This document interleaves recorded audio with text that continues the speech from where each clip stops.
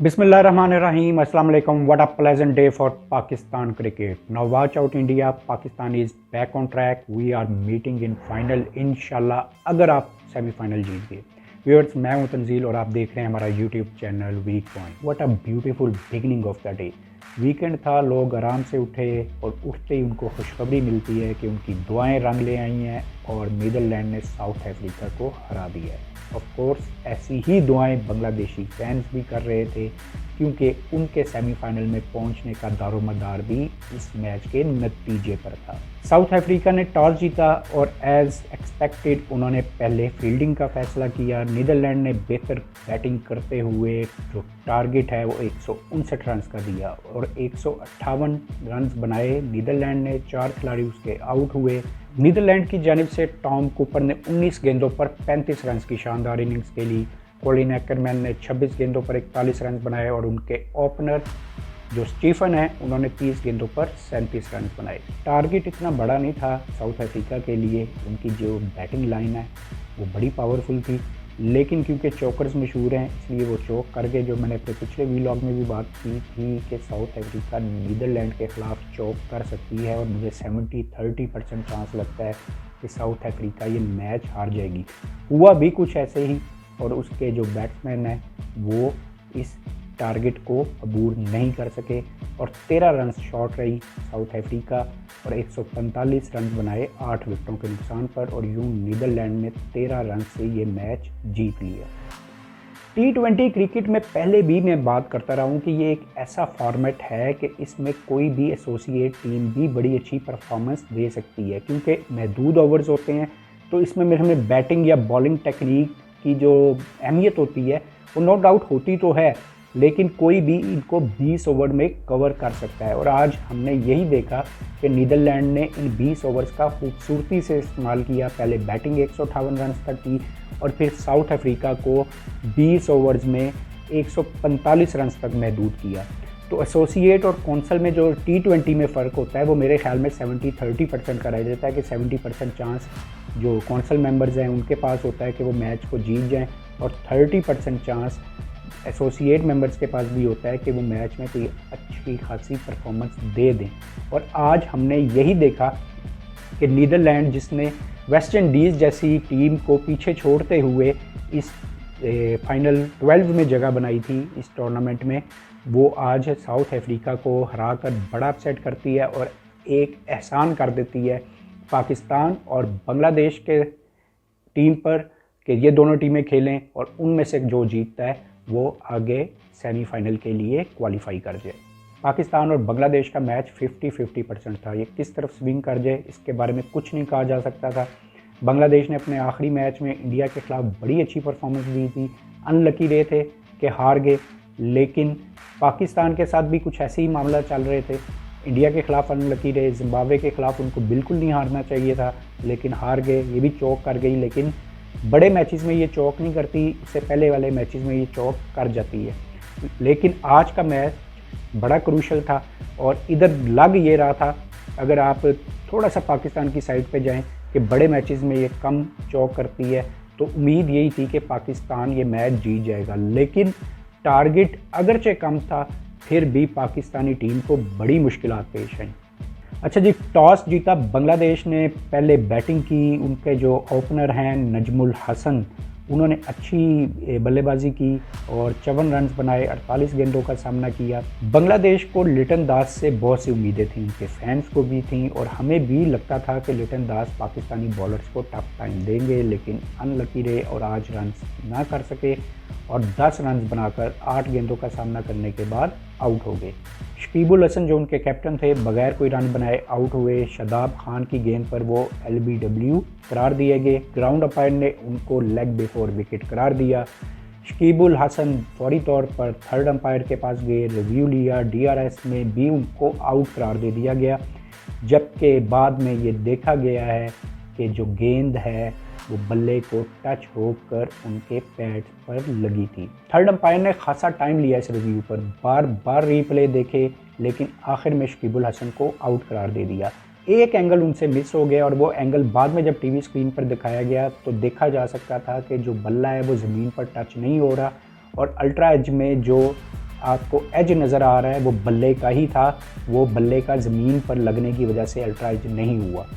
तो ये वाला मेरे ख्याल में अनलकी रहे कि शकीबुल हसन अगर वो थोड़ी देर और क्रीज पर रहते, कुछ स्कोर कर लेते तो बांग्लादेश 15-20 रन और भी बना सकता था और मेरे ख्याल में मैच का नतीजा भी तब्दील हो सकता था।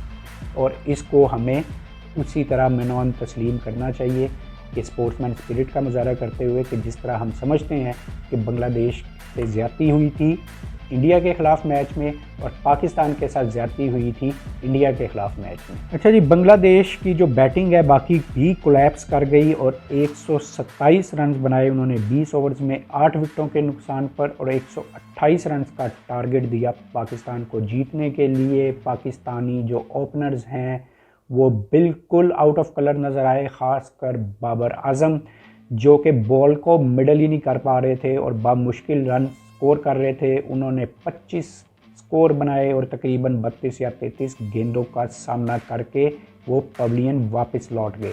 और ऐसा भी एक मौका आ गया था मैच में कि लग रहा था कि ये मैच बहुत ज़्यादा फंस जाएगा और आखिरी गेंद तक चला जाएगा, लेकिन नीचे से आके मोहम्मद हारिस ने अच्छी हिटिंग की और तेज़ 31 रन बना के वो आउट हो गए, लेकिन टीम को एक बुनियाद फराहम कर गए जिसको लेते हुए शान मसूद ने आगे जाकर मैच पाकिस्तान के हक में कर दिया। मैच पाकिस्तान जीत तो गया लेकिन खासी स्ट्रगल के बाद, और ख़ासकर ओपनिंग एक बार फिर सवालिया निशान बनी हुई है कि बाबर आजम और रिजवान का ओपनिंग पेयर स्ट्रगल कर रहा है। आज तो बाबर आजम ने हद ही कर दी थी, बिल्कुल ऐसा लग रहा था कि उनको गेंद नज़र ही नहीं आ रहा।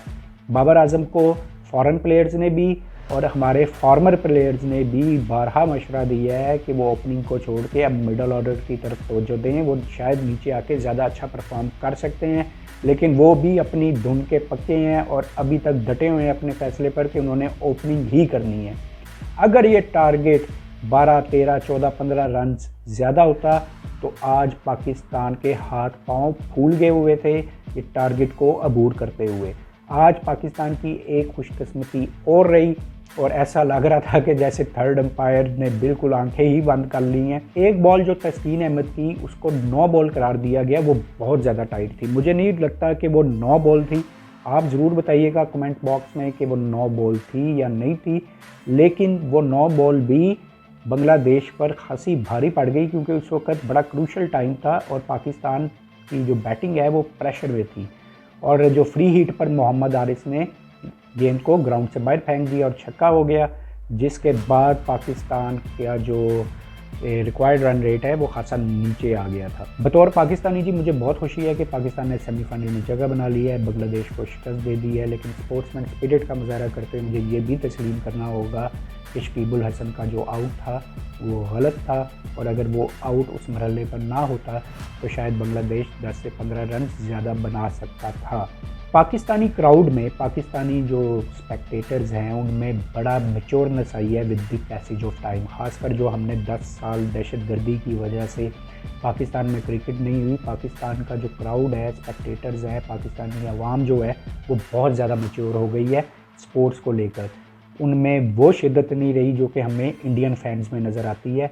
और पाकिस्तानी अपनी खिलाड़ियों से मोहब्बत तो बहुत करते हैं लेकिन वो स्पोर्ट्समैन स्पिरिट का मुजाहरा भी करते हैं और हमें बारहा इसका मुजाहरा देखने को भी मिला है। एक ह्यूज फ़ैन फॉलोइंग है इंडियन प्लेयर्स की पाकिस्तान में। आप सचिन तेंदुलकर की बात कर लें, आप राहुल द्रविड़ को ले लें, आप अजहरुद्दीन की बात कर लें, या आप बात कर लें जडेजा की बात कर लें, आप बात कर लें सुनील गावस्कर की या फिर सिद्धू की। इन प्लेयर्स को लेकर पाकिस्तान में इनके बारे में बड़ा एहतराम पाया जाता है और इनकी राय का बड़ा एहतराम किया जाता है। इंडियन प्लेयर्स का पाकिस्तान में क्या मुकाम है, ये बात मैंने इसलिए बताई क्योंकि अपने पिछले व्लॉग में मैंने एक बात कही थी कि आईसीसी को इंडिया ख़रीद चुका है। इस पर इंडियन फैंस खासे नाराज़ भी हुए थे, लेकिन ये हकीकत है कि पाकिस्तानी जो शायकीन है वो इंडियन प्लेयर्स को बहुत ज़्यादा पसंद करते हैं, उनकी क्रिकेट सेंस को बहुत पसंद करते हैं और वो इस बात को तस्लीम करते हैं कि इंडियन जो बैटर्स हैं, उनकी बैटिंग की बात कर रहा हूँ, कि इंडियन बैटर्स का जो है पूरी दुनिया में कोई सानी नहीं है और हमेशा से उनका बैटिंग स्ट्रॉन्ग पॉइंट रहा है और उनका उसी तरह पाकिस्तान में एहतराम किया जाता है। लेकिन ये भी हकीकत है कि पाकिस्तान में ये राय पाई जाती है और ये तासुर हमारा ख़ासा मजबूत है यहाँ पर कि आईसीसी पर भारत का जो गलबा है वो बहुत ज़्यादा मजबूत है, जिसकी वजह से जो फैसले हैं वो भारत की मंशा पर होते हैं। बहरहाल जी, पाकिस्तान सेमीफाइनल में पहुंच चुका है और इम्कान है कि पाकिस्तान का सेमीफाइनल में मुकाबला न्यूजीलैंड से होगा और इंडियन फैंस को भी खुश होना चाहिए कि न्यूजीलैंड का मुकाबला उनके साथ सेमीफाइनल में नहीं हो रहा, क्योंकि उनका ट्रैक रिकॉर्ड उतना ही बुरा है जितना पाकिस्तान का इंडिया के ख़िलाफ़ ट्रैक रिकॉर्ड वर्ल्ड कप में है। इंडिया न्यूजीलैंड से वर्ल्ड कप में कभी भी कोई मैच नहीं जीता, हमेशा उसे स्ट्रेस का सामना करना पड़ा है, चाहे T20 हो चाहे वनडे क्रिकेट हो। तो उनके लिए भी ये एक अच्छी खबर है कि सेमीफाइनल में वो न्यूजीलैंड का सामना नहीं करेंगे। एंड ऑफ कोर्स इंडिया और जिम्बाब्वे का जो मैच इस वक्त हो रहा है उसका नतीजा इस पर असरअंदाज होगा। अगर वो इंडिया जो है ग्रुप में टॉप पोजीशन पर रहता है तो वो इंग्लैंड से खेलेगा, और अगर ग्रुप में उसकी पोजीशन दूसरी होती है तो उसको न्यूजीलैंड का सामना करना पड़ेगा। और इंडियन टीम भी बिल्कुल नहीं चाह रही कि वो किसी भी तरह न्यूजीलैंड के ख़िलाफ़ सेमीफाइनल में खेलें। उनको 2019 का वर्ल्ड कप भी याद है। उम्मीद है नाज़रीन आपको आज का वीलॉग भी पसंद आया होगा। अपना और अपने इस चैनल का बहुत ख्याल रखिएगा। बहुत शुक्रिया। अल्लाह हाफिज़।